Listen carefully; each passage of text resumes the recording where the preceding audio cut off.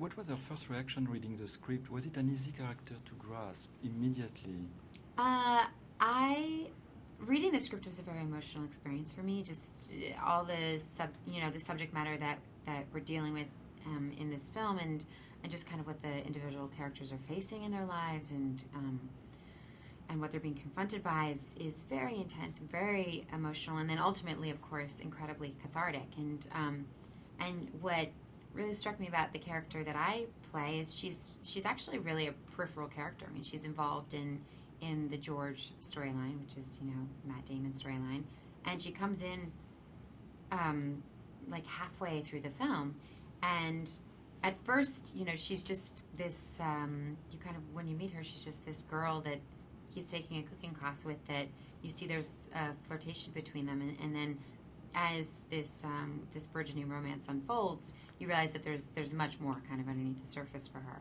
And what I found great is that we have these three storylines that all have very clear conclusions, and then for her, even though it's just a handful of scenes, she too also has quite a dynamic arc, and so that speaks to Peter Morgan's screenwriting ability, and just his ability to create a character so fully in just a moment.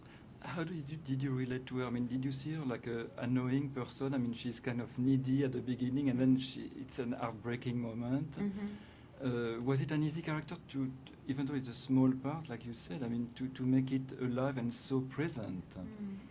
Well, it was a little bit tricky initially, just because just in my own thinking, because I wanted her to be winning enough that the audience wasn't like, ugh, and yet you needed to get the sense that she was a bit insecure, and that she wanted this relationship to happen just a little bit too much. And so that was, because that kind of indicates what, the damage that you later learn has happened to her in her past. And so that was a little bit of just something that I kind of thought a little bit about.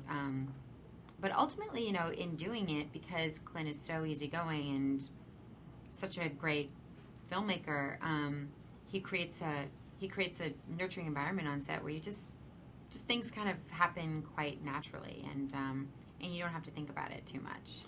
Your very first encounter with Clint, I mean, what did he tell you? What did you ask him? And if you needed to ask him anything?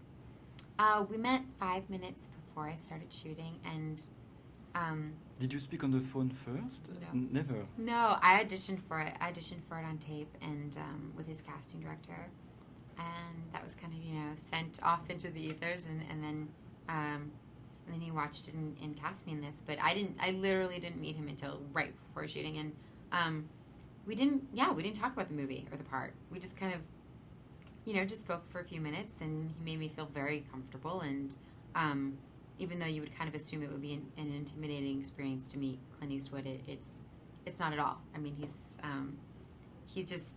so at ease himself that you naturally have to be that way with him. And then he just kind of let us do the scene without saying anything.